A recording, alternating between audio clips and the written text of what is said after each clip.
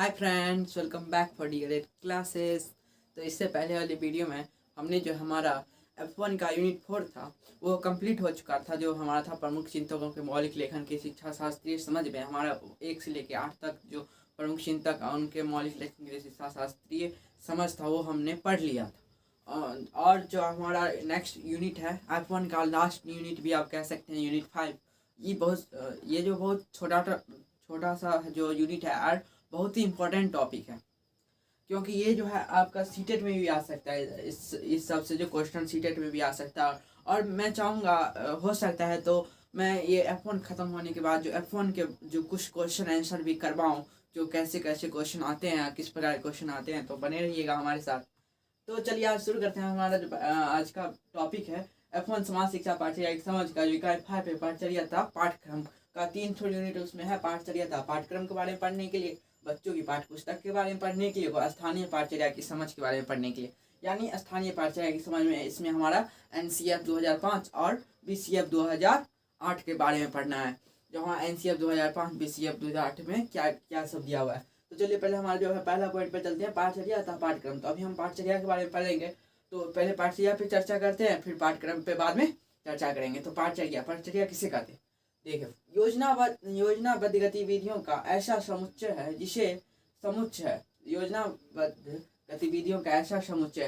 जिसे पढ़ने पढ़ाने योग्य विषय वस्तु को सुनिश्चित ढंग से दिया जाता है।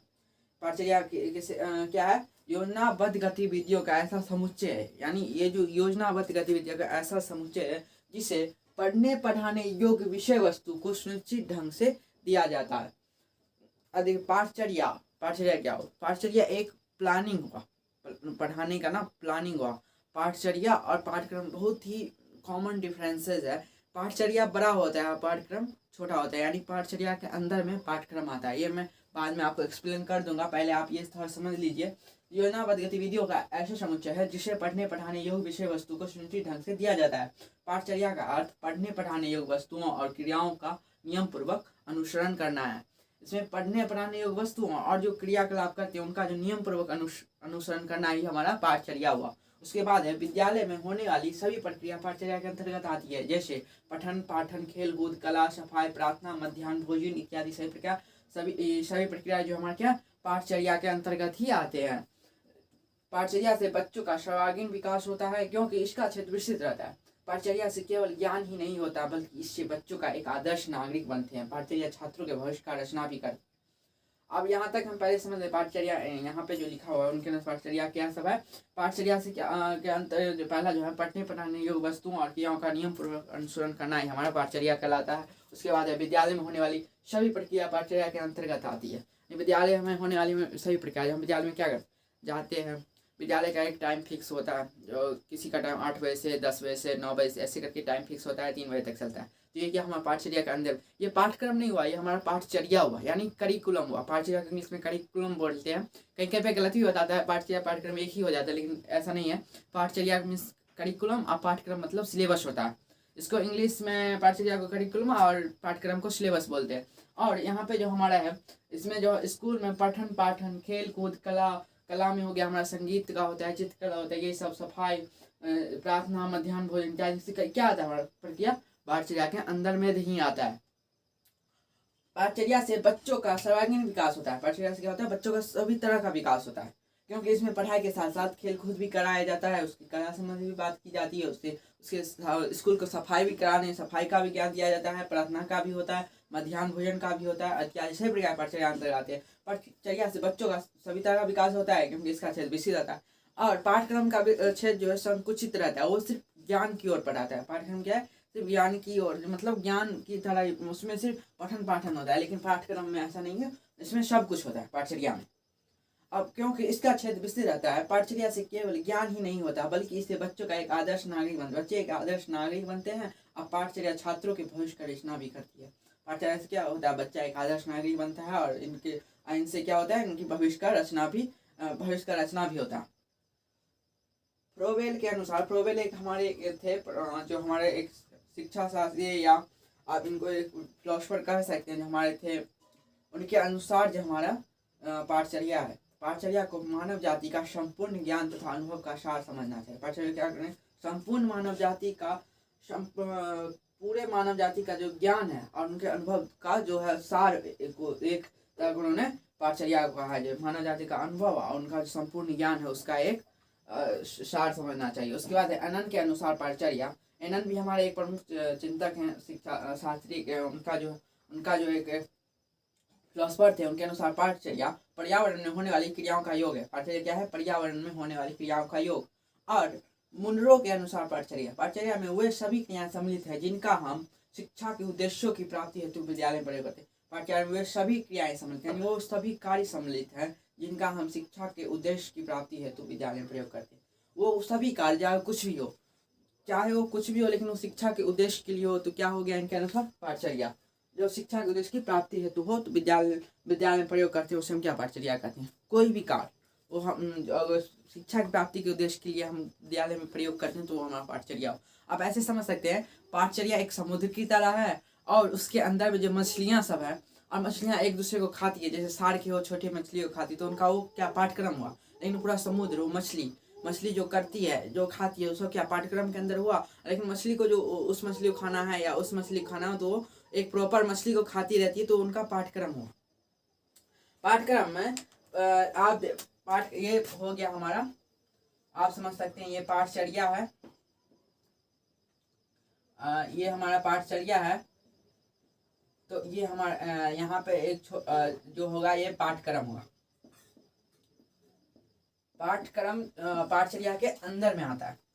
और उसके बाद हमारा पाठ्य पुस्तक होता है, यानी पाठचर्या हुआ एक प्लानिंग हुआ जो स्कूल को कैसे चलाना है या किसी भी चीज़ को पाठचर्या के लिए मतलब करिकुलम कैसे उसका पूरा सर्कल तैयार करना है, कैसे उसको सही ढंग से चलाना है, आगे बढ़ाना है, उसका कैसे भविष्य अच्छा हो, सब सोच के चलता है। लेकिन ये पाठचर्या एक प्लानिंग हो गया जो कैसे उसको चलाना है। लेकिन पाठ्यक्रम क्या हुआ उसके अंदर में रह के मतलब उसको कैसे अब उसको ऐसा करना चाहिए, ऐसे प्लानिंग चाहिए जिससे वो आगे बढ़े। हम तो जैसे पाठचर्या अब पूरा स्कूल के लिए रहता है, लेकिन पाठ्यक्रम क्या होता है क्लास बाय क्लास बदलता रहता है। पाठ्यक्रम क्लास बाय क्लास बदलता है, लेकिन पाठचर्या पूरे स्कूल के लिए रहता है। आप सिंपल वर्ड में एक शब्द में ऐसे समझ सकते हैं, जो पाठचर्या एक पूरे स्कूल के लिए रहता है, सबका सम्मान करना होगा। लेकिन पाठ्यक्रम अगर क्लास में होगा सभी क्लास में जाकर पाठ्यक्रम अलग अलग यानी सिलेबस अलग अलग हो जाता है। आपने अनुभवी क्या या देखा भी होगा। अब उससे क्या पाठ्यक्रम क्या क्लास बाय क्लास बदलता रहता है, लेकिन पाठचर्या शुरू से लेकर 1 to 8 के लिए सेम ही रहता है, लेकिन पाठ्यक्रम 1 to 8 के लिए बदलता रहता है। तो चलिए हम पाठचर्या के बारे में समझ लिए हैं। उसके बाद हम क्या पढ़ेंगे पाठ्यक्रम के बारे में। तो इसको थोड़ा साफ कर लेते हैं और फिर पाठ्यक्रम के बारे में पढ़ते हैं, फिर उनके बच्चों की पाठ्य पुस्तकें पढ़ेंगे, फिर स्थानीय पाठचर्या की समझ पढ़ेंगे। तो मैंने यहाँ पे जो है ना पाठ्यक्रम के बारे में लिख लिया है, जो पाठ्यक्रम क्या है और कुछ जो हमारे मनोवैज्ञानिक उनके अनुसार पाठ्यक्रम और पाठचर्या में क्या अंतर है। तो पाठ्यक्रम क्या है? पाठ्यक्रम दो शब्द से मिलकर बना है, पाठ्य और क्रम, यानी पाठ का क्रम अर्थात किसी वर्ग के लिए सभी विषयों और उससे संबंधित पठन पाठन योग्य वस्तु को सरल और सुव्यवस्थित ढंग से प्रस्तुत करना ही पाठ्यक्रम कहलाता है।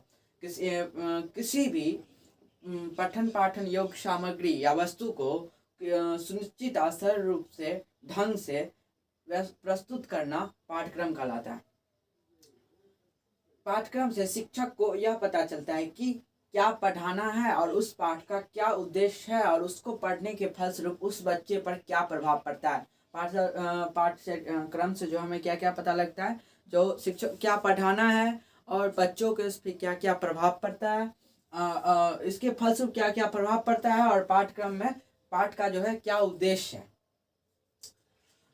पाठ्यक्रम द्वारा छात्रों के ज्ञानात्मक पक्ष पर अधिक बल दिया। पाठ्यक्रम पे क्या होता है ज्ञान, जैसे पाठचर्या में सभी पक्षों पर ध्यान दिया जाता है, वैसे नहीं है पाठ्यक्रम में जो है सो सिर्फ ज्ञानात्मक बल पर ज़्यादा जोर दिया जाता है। पाठचर्या में सभी प्रकार के सभी चीज़ों पर बल दिया जाता है, लेकिन पाठ्यक्रम में जो है हमारा सिर्फ ज्ञानात्मक पक्ष पर बल दिया जाता है। कनिंघम के अनुसार, जो कनिंघम हमारे फिलोसफर हैं उनके अनुसार जो है पाठ्यक्रम कलाकार के हाथ में एक साधन है। कलाकार यहाँ पे कहने का अर्थ है शिक्षक। कलाकार के हाथ में एक साधन है जिससे वह अपनी सामग्री को अपने आदर्श के अनुसार अपनी चित्रशाला में ढाल सके। यहाँ पे जो है कलाकार शिक्षक हो गया, ये शिक्षक हुआ। यहाँ पे क्या लिखना है, शिक्षक के हाथ में एक साधन है जिससे वो अपनी सामग्री यानी यहाँ पे क्या होगा, इसको अपनी आदर्श सामग्री यानी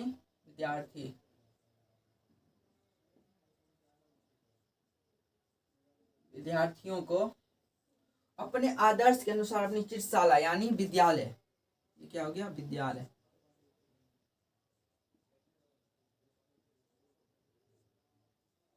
विद्यालय में ढाल सके। क्या, फिर से पाठ्यक्रम में पाठ्यक्रम कलाकार के हाथ में एक साधन है जिससे वो अपनी सामग्री को अपने आदर्श के अनुसार अपनी शाला में डाल सके। यानी पाठ्यक्रम कलाकार यानी शिक्षक के हाथ में एक साधन है जिससे वो अपनी विद्यार्थियों को अपने आदर्श के अनुसार अपनी विद्यालय में ढाल सके। उसके बाद हमारा पाठचर्या और पाठ्यक्रम में अंतर क्या है, तो हम पढ़ते हैं पहले पाठ्यक्रम। पाठ्यक्रम की प्रकृति पाठचर्या पर आधारित होती है।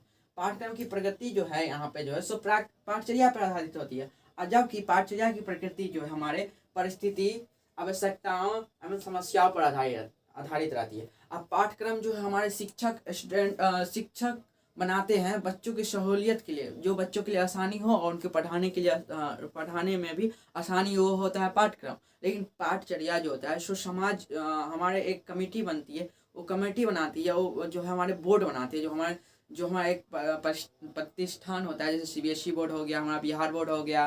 तो ये सब क्या, हमारा एक वो पाठ्यक्रम बनाता है, वो करिकुलम बनाता है, लेकिन उसके अंदर जो सिलेबस होता है वो शिक्षक बनाता है, जो उस सिलेबस को इसको पूरा करना कैसे है, जो करिकुलम का जो उद्देश्य है उसे पूरा कैसे करना है, तो वो सिलेबस है, तो वो बनाता है। पाठ्यक्रम की प्रकृति पाठचर्या पर आधारित होती है, जबकि पाठचर्या की प्रकृति जो है समाज की परिस्थितियों पर, आवश्यकताओं पर, समस्याओं पर आधारित होती है। जो समाज की आवश्यकताएं होती है, जो उसकी परिस्थिति होती है, जो समस्या होती है, उस पर आधारित होती है। उसके सेकंड है पाठ्यक्रम के द्वारा तत्कालिक गुणों में परिवर्तन की संभावना होती है। पाठ्यक्रम के द्वारा क्या है, तत्कालिक गुण, जो अभी वो पढ़ रहा है उसके गुणों में जो है जो परिवर्तन की संभावना होती है, जबकि पाठचर्या के द्वारा सामाजिक परिवर्तन एवं अस्थायी परिवर्तन होने की संभावना। इसमें तत्कालिक यानी जो है टेम्प्रोरी जो हमारा नॉलेज है उसमें परिवर्तन होता है, लेकिन जो पाठचर्या के द्वारा जो होता है सो परमानेंटली जो होता है वो उसका परिवर्तन होता है और सामाजिक परिवर्तन होता है इसमें। उसके बाद हमारा सबसे लास्ट है पाठचर्या का क्षेत्र विस्तृत होता है, इसका विकास भी व्यापक रूप में होता है, जबकि पाठ्यक्रम का निर्माण संकुचित होता है। पाठचर्या का क्षेत्र जैसे मैंने पहले ही बताया, ये इसका क्षेत्र बहुत बड़ा होता है, लेकिन पाठ्यक्रम क्या है, सिर्फ वो पठन पाठन के वस्तुओं का जो है ना सुव्यवस्थित ढंग से दूसरों को प्रस्तुत करता है, दूसरी को जो हमारे विद्यार्थी शिक्षक जो है सो विद्यार्थियों को प्रस्तुत करके सरल और सुव्यवस्थित ढंग से जो है प्रस्तुत करते हैं जो हमारे किताब के पाठ को पाठ्यक्रम के द्वारा। उसके बाद हमारा जो कल का टॉपिक रहेगा वो हमारा इसका सेकंड पॉइंट रहेगा बच्चों की पाठ्य पुस्तकें और स्थानीय पाठचर्या की समझ। और स्थानीय पाठचर्या की समझ में हमारा एनसीएफ जो है हमारा 2005 और BCF 2008 के बारे में पढ़ाएंगे। NCF 2022 भी आ चुका है हमारा नया वाला, लेकिन उसमें अभी सिलेबस नहीं है, लेकिन NCF 2005 तक है, और NCF 2005 और BCF 2008 पे चर्चा होगा। तो हमारा वो F1 का लास्ट क्लास होगा जिस दिन वो चर्चा होगा तब। अभी जो है हमारा आपके लिए मैं एक थोड़ा टास्क दे देता हूँ कि जो आप जो है कल तक के लिए जो है सो NCF और BCF का जो है फुल फॉर्म हमें कमेंट करके जो है ना सो लिख के भेजिएगा, कमेंट कर दीजिएगा। और NCERT का भी फुल फॉर्म क्या होगा वो भी कमेंट कर दीजिएगा। मैं छोटा सा एक आपको जो है सो टास्क दे रहा हूँ। तो चलिए चलते हैं, मिलते हैं नेक्स्ट वीडियो में। Bye, stay tuned.